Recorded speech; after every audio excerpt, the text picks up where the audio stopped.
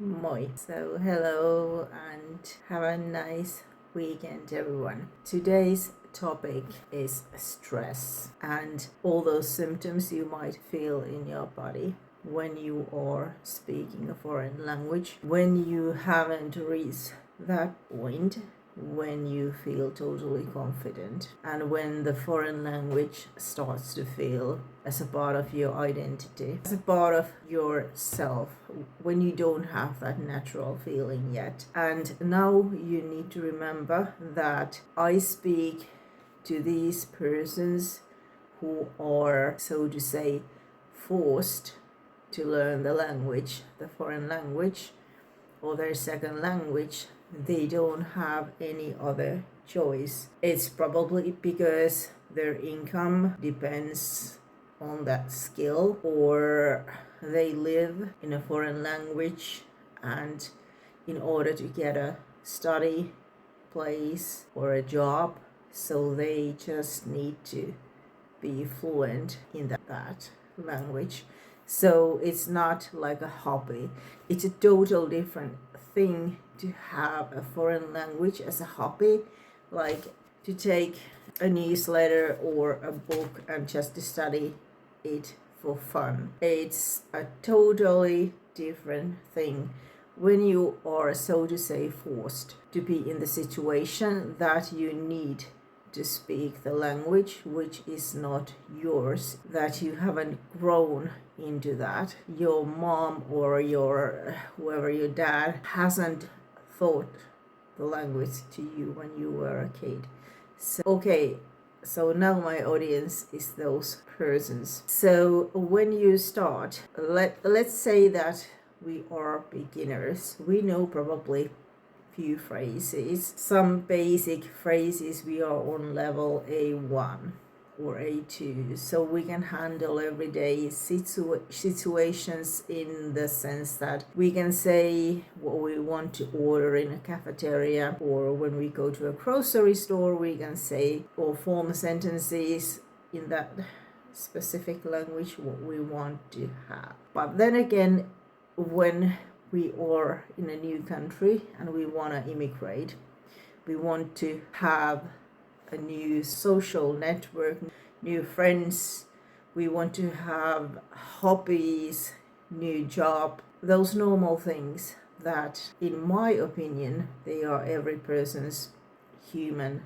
right. So when you are in that position, so then this question, how am I gonna be fluent in this particular language, becomes the number one priority in your life. So I would say that forget about your accent. What is relevant is that you first have the confidence and the courage to take the action to go out and about and to speak. And if you don't have that courage, and I totally get it, because I didn't have that courage when I was in Sweden. When I was 19, I had a lot of fears. So what I did was that I found a private teacher to myself, and this teacher was, of course, Swedish, and she spoke Swedish as her native language, of course. And I went there once a week. We didn't, I guess we had some sort of an internet at the time. It was 95, sorry. In that year, I lived near Stockholm, and so this teacher lived about 7 or 8 kilometers from my student residence. So I just walked there every Sunday, and we had this 1 hour conversation. I don't even remember what kind of prices she had. They weren't that high at the time. They were in Swedish crowns, but that helped me extremely much because I didn't have that confidence to go out with other young people and start those conversations in Swedish, because I felt so limited in my vocabulary and phrases, and my ability to form sentences was pretty low. But then again, I got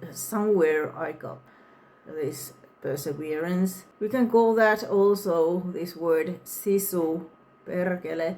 So I just took grammar book, those old-fashioned grammar book. I had brought them from Finland with me to Sweden. I took that and I started to study grammar, and I had a total different mindset when I started to do that. I had, of course, studied Swedish in high school and also graduated with pretty good, grades. But then again, when I was in real life, it was a totally different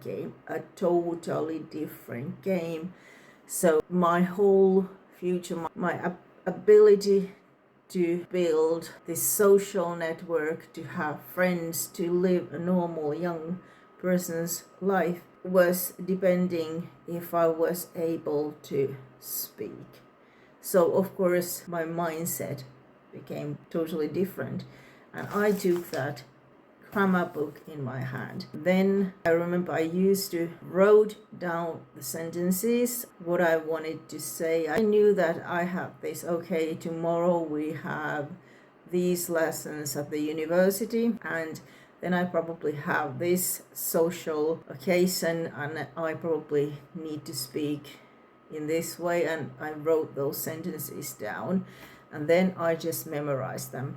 And then after that, I spoke to myself. This might sound weird or I don't know, but I went and speak to the mirror because I didn't have any friends at that time. My first friend was a girl from Iceland who was in the same situation. And that's a different story. I can tell you that afterwards. But I'm now just telling you which worked to me. And I've heard this from many other students and from many other countries and cultures, that their way or this way that you prepare the situations in your head before you are in the situation, in that your the target language can be a very powerful way to handle your stress.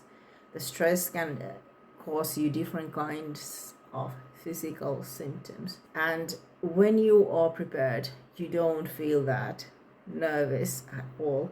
So today's tip could be that whoever you are or wherever you come from, it doesn't matter. So, and if you are here in Finland, or whether you are listening to this YouTube video from some other country and you are learning a new language, so you can try this and then tell me how that went, because I'm really curious, because usually when you are prepared, so it helps you a lot. But anyway, good luck with your practices, and remember always it's not that serious in the big picture. Eli nähdään seuraavassa videossa.